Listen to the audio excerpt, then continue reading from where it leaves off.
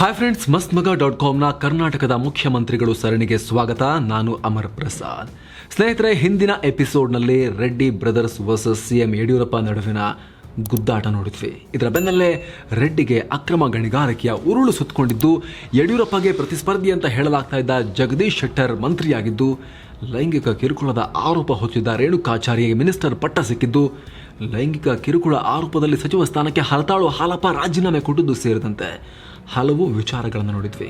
ಇಷ್ಟೆಲ್ಲ ಆದರೂ ಕೂಡ ಸಚಿವರ ಮೇಲಿನ ಆರೋಪಗಳು ನಿಲ್ಲಿಲ್ಲ. ಭ್ರಷ್ಟಾಚಾರ ಆರೋಪಕ್ಕೆ ಯಡಿಯೂರಪ್ಪ ಸರ್ಕಾರದ ಮೊದಲ ಸಚಿವನ ವಿಕೆಟ್ ಕೂಡ ಪತನ ಆಯಿತು. ಯಾರು ಆ ಸಚಿವ? ಕೇವಲ ಸಚಿವ ಮಾತ್ರ ಅಲ್ಲ, ಸ್ವತಃ ಸಿಎಂ ಯಡಿಯೂರಪ್ಪ ಬುಡಕ್ಕೆ ಭೂ ಹಗರಣ, ಅಕ್ರಮ ಡಿನೋಟಿಫಿಕೇಶನ್ ಆರೋಪಗಳು ಬಂದು ಸುತ್ತಕೊಳ್ಳೋಕೆ ಶುರುವಾದವು. ರಾಜ್ಯದಲ್ಲಿ ಸಿಡಿ ರಾಜಕಾರಣ ಶುರುವಾಗಿದ್ದು ಹೇಗೆ? ಯಡಿಯೂರಪ್ಪ ತಮ್ಮ ಮಕ್ಕಳನ್ನೇ ಮನೆಯಿಂದ ಹೊರ ಹಾಕುವಂತೆ ಸಿಚುವೇಶನ್ ಯಾಕೆ ಬಂತು? ಮಕ್ಕಳನ್ನೇ, ಫ್ಯಾಮಿಲಿಯನ್ನೇ ಯಾರೂ ಇಲ್ಲಿರಂಗಿಲ್ಲ ಅಂತ ಅಧಿಕೃತ ನಿವಾಸದಿಂದ ಮುಖ್ಯಮಂತ್ರಿಗಳು ಹೊರ ಕಳಿಸೋ ಸಿಚುವೇಶನ್ ಯಾಕೆ ಬಂತು? ಈ ವಿಡಿಯೋದಲ್ಲಿ ಎಕ್ಸ್ಪ್ಲೇನ್ ಮಾಡ್ತಾ ಹೋಗ್ತೀವಿ. ಮಿಸ್ ಮಾಡದೆ ಕಡೆ ತನಕ ನೋಡ್ತಾ ಹೋಗಿ. 2010 ಜೂನ್, ಲೋಕಾಯುಕ್ತ ಹುದ್ದೆಗೆ ಸಂತೋಷ್ ಹೆಗ್ಡೆ ರಿಸೈನ್. ಬಿಎಸ್ವೈ ಸರ್ಕಾರಕ್ಕೆ ಭಾರಿ ಮುಜುಗರ, ಹೆಚ್ಚಿದ ಒತ್ತಡ. 2010 ಜೂನ್ ತಿಂಗಳಲ್ಲಿ ಲೋಕಾಯುಕ್ತ ಸಂತೋಷ್ ಹೆಗ್ಡೆ ತಮ್ಮ ಹುದ್ದೆಗೆ ರಾಜೀನಾಮೆ ಕೊಟ್ಟರು. ರಾಜೀನಾಮೆಗೆ ಪ್ರಮುಖ ಕಾರಣ ಅಕ್ರಮ ಗಣಿಗಾರಿಕೆ ಸೇರಿದಂತೆ ಹಲವು ಪ್ರಕರಣಗಳಲ್ಲಿ ತಾವು ನೀಡಿದ ರಿಪೋರ್ಟ್ಗೆ ರಾಜ್ಯ ಸರ್ಕಾರ ಸರಿಯಾಗಿ ಸ್ಪಂದಿಸ್ತಾ ಇಲ್ಲ, ಭ್ರಷ್ಟ ಸಚಿವರು ಶಾಸಕರ ವಿರುದ್ಧ ಕ್ರಮ ಕೈಗೊಳ್ಳೋಕೆ ಹೆಚ್ಚಿನ ಅಧಿಕಾರ ಕೊಡ್ತಾ ಇಲ್ಲ, ಉಪ ಲೋಕಾಯುಕ್ತರನ್ನ ಸರ್ಕಾರ ನೇಮಕ ಮಾಡ್ತಾ ಇಲ್ಲ ಅನ್ನೋದಾಗಿತ್ತು. ಇದರ ಬೆನ್ನಲ್ಲೇ ಅವರ ಮನವೊಲಿಸೋಕೆ ಬಿಜೆಪಿ ಕಸರತ್ತನ್ನು ನಡೆಸಿತು. ಲಾಲ್ ಕೃಷ್ಣ ಅಡ್ವಾಣಿ ಅವರು ಕೂಡ ಹೆಗ್ಡೆ ಜೊತೆಗೆ ಮಾತನಾಡಿದ್ರು. ಕೊನೆಗೆ ಸಿಎಂ ಯಡಿಯೂರಪ್ಪ ಮತ್ತು ಬಿಜೆಪಿ ರಾಷ್ಟ್ರೀಯ ಅಧ್ಯಕ್ಷ ನಿತಿನ್ ಗಡ್ಕರಿ ಕೂಡ ಹೆಗ್ಡೆ ಭೇಟಿಯಾದರು. ಈ ವೇಳೆ ಅಕ್ರಮ ಗಣಿಗಾರಿಕೆ ವಿರುದ್ಧ ಸರ್ಕಾರ ಕೈಗೊಂಡ ಕ್ರಮಗಳ ಬಗ್ಗೆ ಎಕ್ಸ್ಪ್ಲೇನ್ ಮಾಡಿದ್ರು. ಜೊತೆಗೆ ಸಂತೋಷ್ ಹೆಗ್ಡೆ ಸೂಚಿಸಿದ ಕೆಲವೊಂದು ವಿಚಾರಗಳನ್ನು ನಾವು ಕನ್ಸಿಡರ್ ಮಾಡ್ತೀವಿ, ನೀವು ಹೇಳಿದ್ರೂ ಕೂಡ ಪಾಯಿಂಟ್ ಇದೆ ಅಂತ ಭರವಸೆ ಕೊಟ್ಟರು. 2010 ಜುಲೈ, ರಾಜೀನಾಮೆ ವಾಪಸ್, ಲೋಕಾಯುಕ್ತಗೆ ಹೆಚ್ಚಿನ ಪವರ್. ಬಿಜೆಪಿ ರಾಷ್ಟ್ರೀಯ ನಾಯಕರ ಒತ್ತಡ ಮತ್ತು ಲೋಕಾಯುಕ್ತ ಬಲಪಡಿಸೋದಾಗಿ ಅವರು ನೀಡಿದ ಭರವಸೆಗಳಿಂದ ಸಂತೋಷ್ ಹೆಗ್ಡೆ ತಮ್ಮ ರಾಜೀನಾಮೆಯನ್ನ ವಾಪಸ್ ಪಡ್ಕೊಂಡ್ರು. ಬಳಿಕ ಮಾತನಾಡಿದ ಅವರು, LK ಅಡ್ವಾಣಿ ಮೇಲೆ ನನಗಿರೋ ಗೌರವದಿಂದ ರಾಜೀನಾಮೆಯನ್ನ ವಾಪಸ್ ಪಡ್ಕೋತಾ ಇದ್ದೀನಿ ಅಂತ ಹೇಳಿದ್ರು. ಅದರ ಬೆನ್ನಲ್ಲೇ ಲೋಕಾಯುಕ್ತರಿಗೆ ಹೆಚ್ಚಿನ ಅಧಿಕಾರ ಕೊಡೋಕೆ ಸರ್ಕಾರ ಮುಂದಾಯಿತು. ಸಿಎಂ, ಸಚಿವರು ಮತ್ತು ಶಾಸಕರನ್ನ ಹೊರತುಪಡಿಸಿ ಉಳಿದೆಲ್ಲ ಸರ್ಕಾರಿ ಅಧಿಕಾರಿಗಳ ಮೇಲೆ ಲೋಕಾಯುಕ್ತರಿಗೆ ಸೋಮೋಟೋ ಪವರ್ ನೀಡೋಕೆ ಯಡಿಯೂರಪ್ಪ ಪ್ರಸ್ತಾವನೆ ಇಟ್ಟರು. ಇಲ್ಲಿ ಸೋಮೋಟೋ ಅಧಿಕಾರ ಅಂದರೆ ಸರ್ಕಾರಿ ಅಧಿಕಾರಿ ವಿರುದ್ಧ ಭ್ರಷ್ಟಾಚಾರದ ಕಂಪ್ಲೇಂಟ್ ಇಲ್ಲದೆಯೂ ತನಿಖೆ ನಡೆಸಬಹುದು ಅನ್ನೋದು.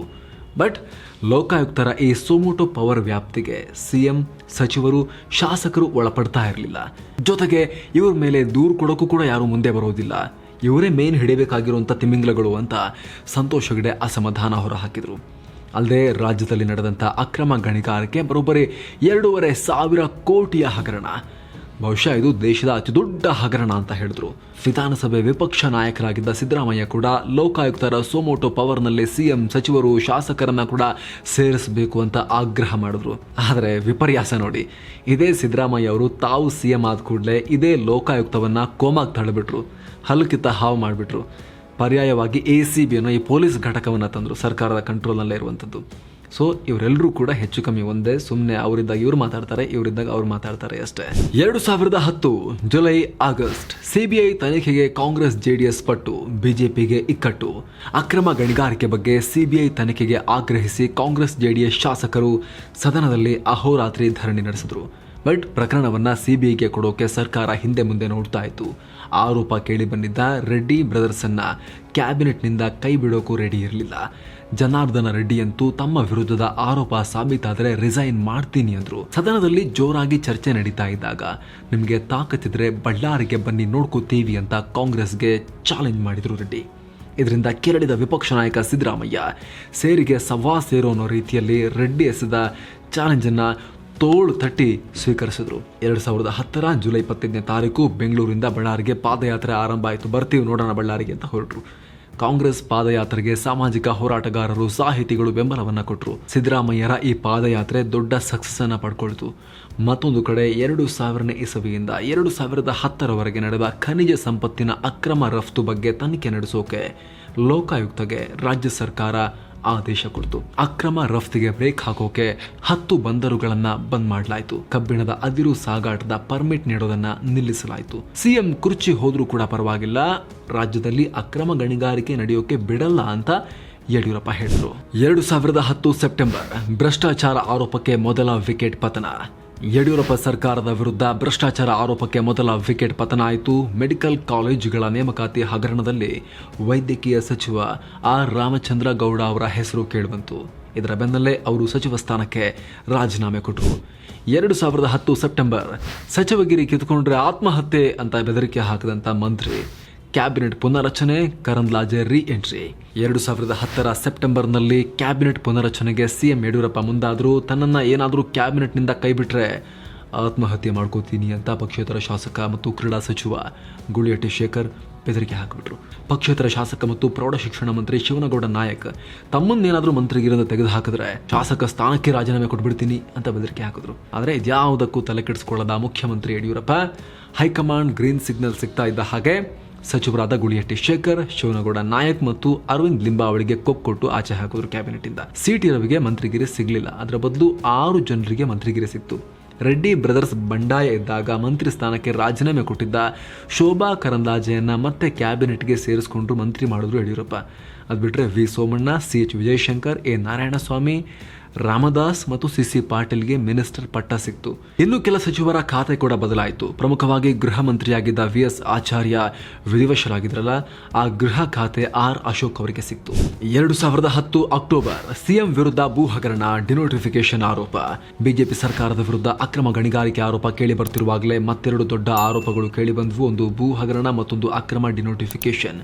KIADB ಅಂದ್ರೆ ಕರ್ನಾಟಕ ಇಂಡಸ್ಟ್ರಿಯಲ್ ಏರಿಯಾ ಡೆವಲಪ್ಮೆಂಟ್ ಬೋರ್ಡ್ನ ಭೂಮಿಯನ್ನ BS ಯಡಿಯೂರಪ್ಪ ತಮ್ಮ ಪುತ್ರಿ ಉಮಾದೇವಿಗೆ ಮಂಜೂರು ಮಾಡಿದ್ದಾರೆ ಅನ್ನೋದು ಒಂದು ಆರೋಪ. ಇನ್ನೊಂದು BDA ಅಂದರೆ ಬೆಂಗಳೂರು ಡೆವಲಪ್ಮೆಂಟ್ ಅಥಾರಿಟಿಗೆ ಸೇರಿದ ಭೂಮಿಯನ್ನ ಮಕ್ಕಳಾದ BY ರಾಘವೇಂದ್ರ, ವಿಜಯೇಂದ್ರ ಮತ್ತು ಅಳಿಯ ಸೋಹನ್ ಕುಮಾರ್ಗೋಸ್ಕರ ಡಿನೋಟಿಫಿಕೇಶನ್ ಮಾಡಿದ್ದಾರೆ ಅನ್ನೋ ಆರೋಪ ಕೇಳಿಬಂತು. ಈ ವಿಚಾರಗಳನ್ನು ಇಟ್ಕೊಂಡು ಕಾಂಗ್ರೆಸ್ ಮತ್ತು JDS ಸರ್ಕಾರದ ವಿರುದ್ಧ ಮುಗಿಬೀಳೋಕೆ ಶುರು ಮಾಡಿದ್ವು. ಡಿನೋಟಿಫಿಕೇಶನ್ ಅಂದರೆ ಅಭಿವೃದ್ಧಿ ಕೆಲಸಕ್ಕಾಗಿ ಸರ್ಕಾರ ಜನರಿಂದ ಕೆಲವೊಂದು ಭೂಮಿಯನ್ನು ಸ್ವಾಧೀನಪಡಿಸ್ಕೊಂಡಿರುತ್ತೆ. ಆದರೆ ವಿಶೇಷ ಸಂದರ್ಭಗಳಲ್ಲಿ ಆ ಭೂಮಿಯನ್ನು ಸ್ವಾಧೀನದಿಂದ ಕೈ ಬಿಡೋಕ್ಕೂ ಅವಕಾಶ ಇರುತ್ತೆ. ಹೀಗೆ ಸ್ವಾಧೀನಪಡಿಸಿಕೊಂಡ ಭೂಮಿಯನ್ನು ಕೈ ಬಿಡೋದು ಅಥವಾ ಡಿನೋಟಿಫೈ ಮಾಡೋದನ್ನು ಡಿನೋಟಿಫಿಕೇಶನ್ ಅಂತ ಕರೀತಾರೆ. ಯಾರ ಭೂಮಿಯನ್ನು ಡಿನೋಟಿಫೈ ಮಾಡ್ತಾರೋ ಅವರಿಂದ ಸರ್ಕಾರಕ್ಕೆ ಕಿಕ್ ಬ್ಯಾಕ್ ರೂಪದಲ್ಲಿ ದುಡ್ಡು ಬರುತ್ತೆ ಅನ್ನೋದು ಆರೋಪ. ಇದನ್ನೇ ಅಕ್ರಮ ಡಿನೋಟಿಫಿಕೇಶನ್ ಅಂತ ಹೇಳೋದು. ಸಿಎಂ ಯಡಿಯೂರಪ್ಪ ಕೂಡ ಅಕ್ರಮ ಡಿನೋಟಿಫಿಕೇಶನ್ ಮಾಡಿದ್ದಾರೆ. ಇದರಿಂದ ಇವರ ಇಬ್ಬರು ಪುತ್ರರು ಮತ್ತು ಅಳಿಯನಿಗೆ ಲಾಭ ಆಗಿದೆ ಅನ್ನೋದು ವಿಪಕ್ಷಗಳ ಆರೋಪ ಆಗಿತ್ತು. ಡಿನೋಟಿಫೈ ಆದ ಭೂಮಿಯ ಬೆಲೆ ಎಷ್ಟಿದೆಯೋ ಅದರ 50% ಹಣ ಕಿಕ್ ಬ್ಯಾಕ್ ಅಥವಾ ಲಂಚದ ರೂಪದಲ್ಲಿ ಪಡ್ಕೊಂಡಿದ್ದಾರೆ ಅಂತ JDS ಆರೋಪ ಮಾಡ್ತು. JDS ರಾಜ್ಯಾಧ್ಯಕ್ಷ ಕುಮಾರಸ್ವಾಮಿ ಅಂತೂ BDA ಸ್ವಾಧೀನಪಡಿಸಿಕೊಂಡ 5 ಎಕರೆಗೂ ಅಧಿಕ ಭೂಮಿಯನ್ನ ಸುಪ್ರೀಂ ಕೋರ್ಟ್ ಮತ್ತು ಹೈಕೋರ್ಟ್ ಆದೇಶವನ್ನು ಉಲ್ಲಂಘಿಸಿ ಸಿಎಂ ಯಡಿಯೂರಪ್ಪ ಡಿನೋಟಿಫೈ ಮಾಡಿದ್ದಾರೆ ಅಂತ ಆರೋಪಿಸಿದರು. ಇದಕ್ಕೆ ಸಂಬಂಧಪಟ್ಟ ದಾಖಲೆಗಳನ್ನು ಲೋಕಾಯುಕ್ತರಿಗೆ ಕೊಡ್ತೀನಿ ಅಂತ ಹೇಳಿದರು. ಆದರೆ ಯಡಿಯೂರಪ್ಪ ಮಾತ್ರ ಎಲ್ಲ ಆರೋಪಗಳು ಸುಳ್ಳು ಅಂತ ಹೇಳಿದರು. ಆದರೆ ವಿಪಕ್ಷಗಳು ಪಟ್ಟು ಬಿಡಲಿಲ್ಲ. ಕೊನೆಗೆ ಸಿಎಂ ಯಡಿಯೂರಪ್ಪ 2000ನೇ ಇಸವಿಯಿಂದ 2010ನೇ ಇಸವಿವರೆಗೆ ಕಳೆದ 10 ವರ್ಷಗಳಲ್ಲಿ ನಡೆದಿದೆ ಎನ್ನಲಾದ ಹಗರಣಗಳ ಬಗ್ಗೆ ಚರ್ಚೆ ನಡೆಸೋಕೆ ವಿಶೇಷ ಅಧಿವೇಶನ ಕರೆಯೋಕೆ ನಿರ್ಧಾರ ಮಾಡಿದರು. 2010 ಅಕ್ಟೋಬರ್ ಮತ್ತೊಬ್ಬ ಸಚಿವರ ವಿರುದ್ಧ ಭ್ರಷ್ಟಾಚಾರ ಆರೋಪ, ಪುತ್ರ ಅರೆಸ್ಟ್. KIADB ಅಂದರೆ ಕರ್ನಾಟಕ ಕೈಗಾರಿಕಾ ಪ್ರದೇಶ ಅಭಿವೃದ್ಧಿ ಮಂಡಳಿಗಾಗಿ ಸರ್ಕಾರ ಒಂದಷ್ಟು ಭೂಮಿಯನ್ನ ಜನರಿಂದ ಸ್ವಾಧೀನಪಡಿಸಿಕೊಂಡಿತ್ತಲ್ಲ, ಇದಕ್ಕೆ ಸರ್ಕಾರ ಪರಿಹಾರವಾಗಿ ಹಣ ಕೊಡಬೇಕಾಗಿತ್ತು. ಈ ಹಣದಲ್ಲಿ ಸಚಿವ ಕಟ್ಟಾ ಸುಬ್ರಹ್ಮಣ್ಯ ನಾಯ್ಡು ಭ್ರಷ್ಟಾಚಾರ ಮಾಡಿದ್ದಾರೆ ಅನ್ನೋದು ಇಲ್ಲೊಂದು ಆರೋಪ. ಅಂದಹಾಗೆ JDS BJP 2020 ಸರ್ಕಾರ ಇತ್ತಲ್ಲ, ಆ ಟೈಮಲ್ಲಿ ನಡೆದ ಅಕ್ರಮದ ಆರೋಪ ಇದಾಗಿತ್ತು. ಆಗ ಕಟ್ಟಾ ನಾಯ್ಡು ಕೈಗಾರಿಕಾ ಮಂತ್ರಿಯಾಗಿದ್ರು. ಈ ಪ್ರಕರಣದಲ್ಲಿ ಲೋಕಾಯುಕ್ತರಿಗೆ ಸಾಕ್ಷ್ಯ ಹೇಳೋಕೆ ಹೋದ ವ್ಯಕ್ತಿಗೆ ಕಟ್ಟಾ ಸುಬ್ರಹ್ಮಣ್ಯ ನಾಯ್ಡು ಮಗ ಕಟ್ಟಾ ಜಗದೀಶ್ ಲಂಚ ಕೊಡೋಕೆ ಮುಂದಾಗಿದ್ರು. ಈ ವೇಳೆ ಇಬ್ಬರ ನಡುವೆ ನಡೆದ ಸಂಭಾಷಣೆಯ ಆಡಿಯೋ ರೆಕಾರ್ಡ್ ಲೀಕ್ ಆಗಿ ಲೋಕಾಯುಕ್ತರ ಕೈಗೆ ಸಿಕ್ತು. ಇದರ ಬೆನ್ನಲ್ಲೇ BBMP ಕಾರ್ಪೊರೇಟರ್ ಆಗಿದ್ದ ಕಟ್ಟಾ ಜಗದೀಶರನ್ನ ಅರೆಸ್ಟ್ ಮಾಡಿ ಜೈಲಿಗೆ ಕಟ್ಟಲಾಯಿತು. ಮಂತ್ರಿ ಮಗ ಜೈಲಿಗೆ ಹೋದಂಗಾಯ್ತು. 2010 ಅಕ್ಟೋಬರ್ ಸಿಎಂ ವಿರುದ್ಧ ಮತ್ತೆ ಬಂಡೆದ್ದ ಸಚಿವ ಶಾಸಕರು. ಸದನದಲ್ಲಿ ಶರ್ಟ್ ಹಾರ್ಕೊಂಡ ಗೂಳಿಹಟ್ಟಿ. ಎಲ್ಲ ಬೆಳವಣಿಗೆ ನಡುವೆ ಬಿಜೆಪಿಯಲ್ಲಿ ಮತ್ತೆ ಬಂಡಾಯ ಶುರುವಾಯಿತು. ಮುಗಿಯಾದ ಅಧ್ಯಾಯ ಇರುವುದು ಆ ಟೈಮಲ್ಲಿ. ಬರೀ ಬಂಡಾಯ ಬಂಡಾಯ ಬಂಡಾಯ. 16 ಜನರ ಗುಂಪು ಬಂಡಾಯದ ಬಾವುಟ ಹಿಡ್ಕೊಂಡು ಚೆನ್ನೈನ ರೆಸಾರ್ಟ್ ಒಳಗೆ ಹೋಗ್ಕೊಳ್ತು.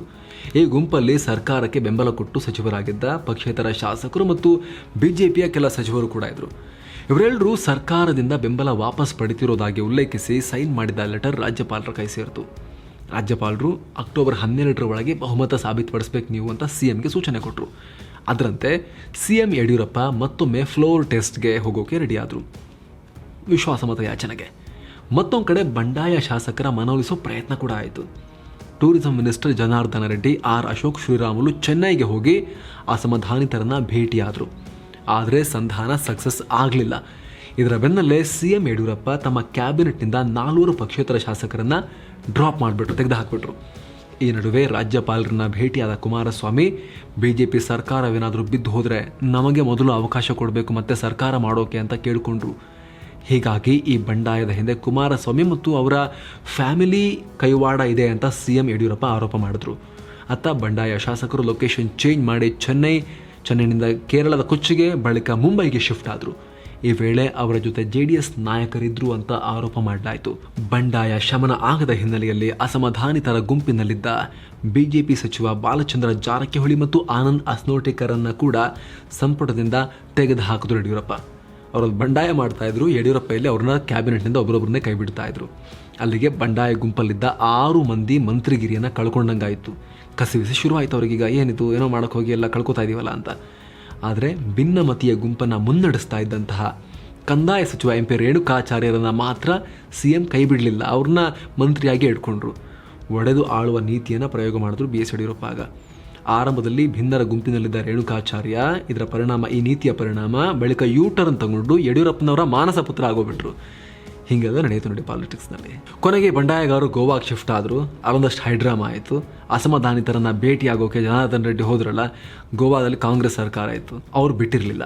ಮತ್ತೊಂದು ಕಡೆ ಅದೇ ಗೋವಾದಲ್ಲಿ ಬಂಡಾಯ ಶಾಸಕರನ್ನ ಭೇಟಿಯಾಗೋಕೆ ಕುಮಾರಸ್ವಾಮಿ ಅವ್ರಿಗೆ ಬಿಡಲಾಯಿತು.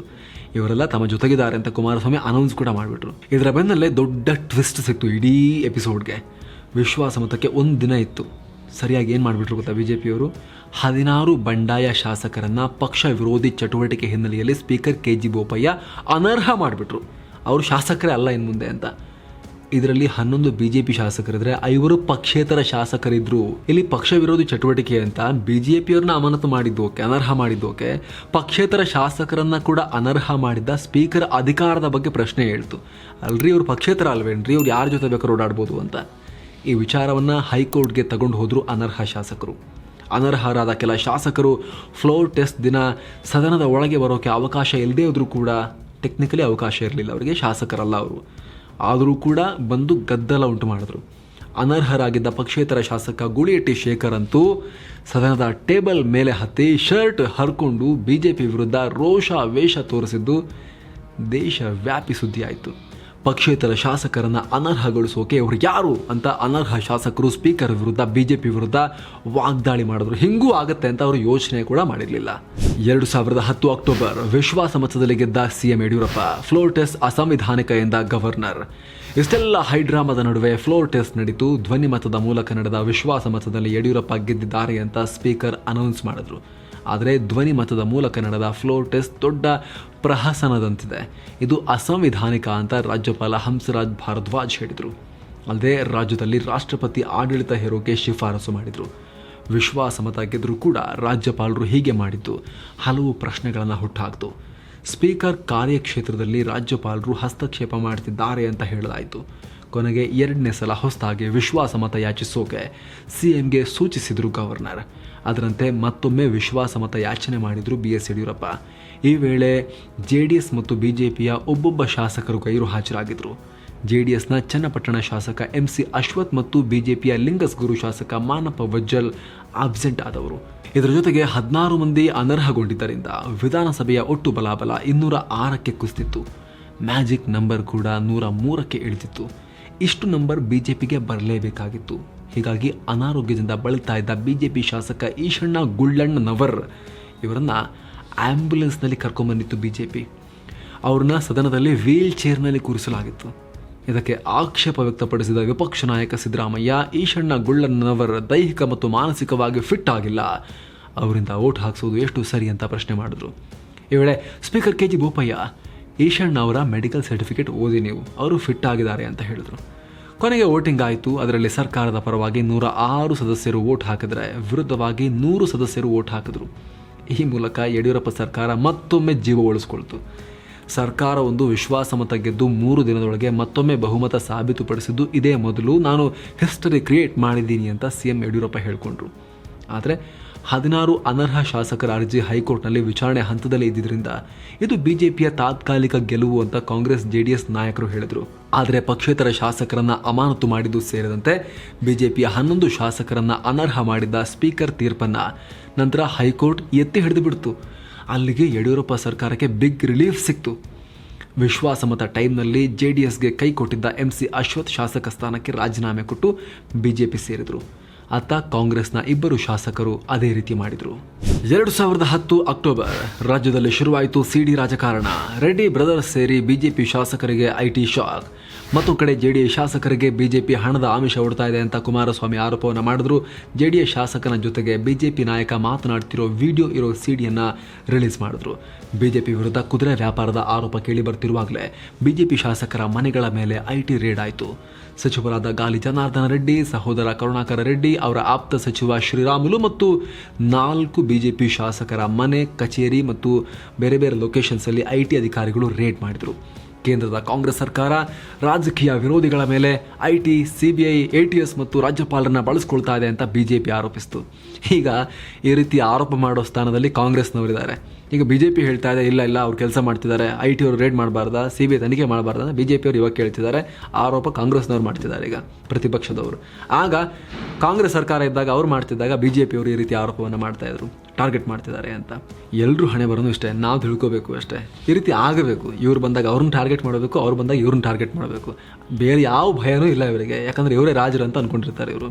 ಅಟ್ಲೀಸ್ಟ್ ಇವ್ರ ಭಯನೇ ಇವರಿಗಿದ್ರೆ ಅವ್ರ ಸರ್ಕಾರ ಬಂದಾಗ ಇವ್ರು ಬೆಂಡೆತ್ತದು, ಇವ್ರ ಸರ್ಕಾರ ಬಂದಾಗ ಅವ್ರು ಬೆಂಡೆತ್ತದು. ಅಟ್ಲೀಸ್ಟ್ ಇವರಾದರೂ ಬೆಂಡೆತ್ಕೊಳ್ತಿರಲಿ ಬಿಡಿ. ಒಳ್ಳೆ ಕಾನ್ಸೆಪ್ಟ್ ಇದು. ಇರಲಿ, ನಾವು ಸ್ಟೋರಿಲಿಗೆ ಮುಂದಕ್ಕೆ ಹೋಗೋಣ. ಈ ಸಂದರ್ಭದಲ್ಲಿ ಬಂಡಾಯ ಇದ್ದು ಅನರ್ಹ ಆಗಿರೋರನ್ನ ವಾಪಸ್ ಪಕ್ಷಕ್ಕೆ ಸೇರಿಸಿಕೊಳ್ಳೋದಿಲ್ಲ ಅಂತ ಬಿಜೆಪಿ ಅನೌನ್ಸ್ ಮಾಡ್ತು. ಬಂದರೂ ಸೇರಿಸ್ಕೊಳ್ಳಲ್ಲ ಅವ್ರನ್ನ ನಾವು ಅಂತ.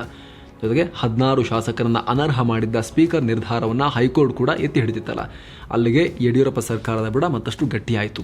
ಅನರ್ಹ ಶಾಸಕರ ಕತೆ ಅತಂತ್ರ ಆಗೋಯ್ತು. ಏನೋ ಮಾಡೋಕ್ಕೆ ಹೋಗಿ ಇನ್ನೇನೋ ಮಾಡ್ಕೊಂಡಂಗಾಯಿತು. ಮತ್ತೊಂದು ಕಡೆ ಓರ್ವ JDS ಮತ್ತು 2 ಕಾಂಗ್ರೆಸ್ ಶಾಸಕರು ರಾಜೀನಾಮೆ ನೀಡಿ ಬಿಜೆಪಿ ಸೇರಿದ್ದರಿಂದ ತೆರವಾಗಿದ್ದ 3 ಕ್ಷೇತ್ರಗಳಿಗೆ ಬೈ ಎಲೆಕ್ಷನ್ ನಡೀತು. 3ರಲ್ಲೂ ಬಿಜೆಪಿ ಗೆಲ್ತು. ಇದರೊಂದಿಗೆ ಬಿಜೆಪಿ ಸಂಖ್ಯಾಬಲ 109ಕ್ಕೆ ಏರಿಕೆಯಾಯಿತು. 2010 ನವೆಂಬರ್ ರಾಜ್ಯಪಾಲರ ಆಪ್ತನ CDನೇ ರಿಲೀಸ್. ರಾಜ್ಯದ CD ರಾಜಕಾರಣದಲ್ಲಿ ಮತ್ತೊಂದು CD ಹೊರಬಂತು. ಮಾಧ್ಯಮಗಳಲ್ಲಿ ಬಿಡುಗಡೆಯಾದ ಈ CDಯಲ್ಲಿ ರಾಜ್ಯಪಾಲರ ಆಪ್ತರೊಬ್ಬರ ಜೊತೆ ಸಚಿವ ಗಾಲಿ ಜನಾರ್ದನ ರೆಡ್ಡಿ ಮಾತನಾಡ್ತಾ ಇದ್ರು. ವಿಡಿಯೋ ಪ್ರಕಾರ ಲಾಭದಾಯಕ ಹುದ್ದೆಯಲ್ಲಿರೋ ರೆಡ್ಡಿ ವಿರುದ್ಧ ಕ್ರಮಕ್ಕೆ ಆಗ್ರಹಿಸಿ ಚುನಾವಣಾ ಆಯೋಗಕ್ಕೆ ಈ ಹಿಂದೆ ಗವರ್ನರ್ ಲೆಟರ್ ಬರೆದಿದ್ರು.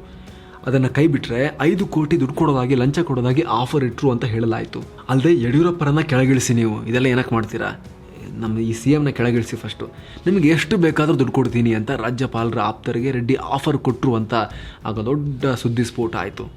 ಆದರೆ ಈ ಸ್ಟಿಂಗ್ ಆಪರೇಷನ್ ನಾನೇ ಮಾಡಿಸಿದ್ದೀನಿ. CDಯನ್ನು ರಾಜ್ಯಪಾಲರು ಭ್ರಷ್ಟ ಅಂತ ಅವ್ರನ್ನ ಎಕ್ಸ್ಪೋಸ್ ಮಾಡೋಕೆ, ಅವರು ಡೀಲ್ ಮಾಸ್ಟರ್ ಅಂತ ತೋರಿಸೋಕೆ ನಾನೇ ಸ್ಟಿಂಗ್ ಮಾಡಿಸಿದ್ದು ಇದನ್ನು ಅಂತ ರೆಡ್ಡಿ ಆ ಬಳಿಕ ಸ್ಪಷ್ಟೀಕರಣ ಕೊಟ್ಟರು. 2010 ನವೆಂಬರ್ ಮನೆ ಖಾಲಿ ಮಾಡುವಂತೆ ಮಕ್ಕಳಿಗೆ BSY ಸೂಚನೆ. ಒಂದು ಕಡೆ CM ವಿರುದ್ಧ ಅಕ್ರಮ ಡಿನೋಟಿಫಿಕೇಶನ್ ಆರೋಪ ಇದ್ರೆ, ಮತ್ತೊಂದು ಕಡೆ ಅವರ ಕುಟುಂಬಸ್ಥರು ಆಡಳಿತದಲ್ಲಿ ಹಸ್ತಕ್ಷೇಪ ಮಾಡ್ತಿದ್ದಾರೆ ಅನ್ನೋ ಆರೋಪ ಕೂಡ ಇತ್ತು. ಸಾಲ್ದು ಅನ್ನೋ ರೀತಿಯಲ್ಲಿ ಯಡಿಯೂರಪ್ಪ ಅವರ ಅಧಿಕೃತ ನಿವಾಸದಲ್ಲಿ ಕಿರಿಯ ಪುತ್ರ BY ವಿಜಯೇಂದ್ರ ಮತ್ತು ಪುತ್ರಿ ಉಮಾದೇವಿ ಅವರ ಗಂಡ ವಾಸ ಇದ್ರು. ಆದರೆ ತಮ್ಮ ಮೇಲೆ ಆರೋಪ ಹೆಚ್ಚಾಗ್ತಿದ್ದ ಹಾಗೆ ಅಧಿಕೃತ ನಿವಾಸವನ್ನು ತಕ್ಷಣ ತೊರೆಯುವಂತೆ ಅವರೆಲ್ಲರಿಗೂ ಕೂಡ CM BS ಯಡಿಯೂರಪ್ಪ ಸೂಚನೆ ಕೊಟ್ಟರು. ಇದರ ಹಿಂದೆ ಹೈಕಮಾಂಡ್ ಆದೇಶ ಇತ್ತು ಅಂತ ಹೇಳಲಾಗುತ್ತೆ. ಇನ್ಮುಂದೆ ಒಳ್ಳೆ ಆಡಳಿತ ಕೊಡ್ತೀನಿ ಅಂತ CM ಹೇಳಿದ್ರು. ಹಾಗಿದ್ರೆ ಯಡಿಯೂರಪ್ಪ ತಮ್ಮ ಮಾತನ್ನು ಉಳಿಸ್ಕೊಂಡ್ರ? ಮುಂದೇನಾಯಿತು? ಪುತ್ರರಿಗೆ ಜಮೀನು ಮಂಜೂರು ಮಾಡಿದ್ದನ್ನು CM ಯಡಿಯೂರಪ್ಪ ಒಪ್ಕೊಂಡಿದ್ದು ಹೇಗೆ, ಯಾಕೆ? ಹೌದು, ಮಾಡಿಬಿಟ್ಟೆ ಅಂತ. ಬಳಿಕ ಮಕ್ಕಳು ವಿವಾದಿತ ಜಮೀನುಗಳನ್ನು ಸರ್ಕಾರಕ್ಕೆ ವಾಪಸ್ ಕೊಟ್ಟಿದ್ದು ಹೇಗೆ ಮತ್ತು ಯಾಕೆ? ಜಮೀನುಗಳನ್ನು ವಾಪಸ್ ಕೊಟ್ಟರೂ ಕೂಡ ಯಡಿಯೂರಪ್ಪ ಅರೆಸ್ಟ್ ಆಗಿ ಜೈಲಿಗೆ ಹೋಗಿದ್ದು ಯಾಕೆ? ಅದೆಲ್ಲವನ್ನ ನೆಕ್ಸ್ಟ್ ಎಪಿಸೋಡ್ನಲ್ಲಿ ಹೇಳ್ತೀವಿ. ಕರ್ನಾಟಕದ ಮುಖ್ಯಮಂತ್ರಿಗಳು ಸರಣಿಯ ಈ ಸೀರೀಸನ್ನು ಮಿಸ್ ಮಾಡದೆ ನೋಡ್ತಾ ಇರಿ. Thank you so much. ಮತ್ತೆ ಭೇಟಿ ಆಗ್ತಿರೋಣ. ನಮಸ್ತೆ.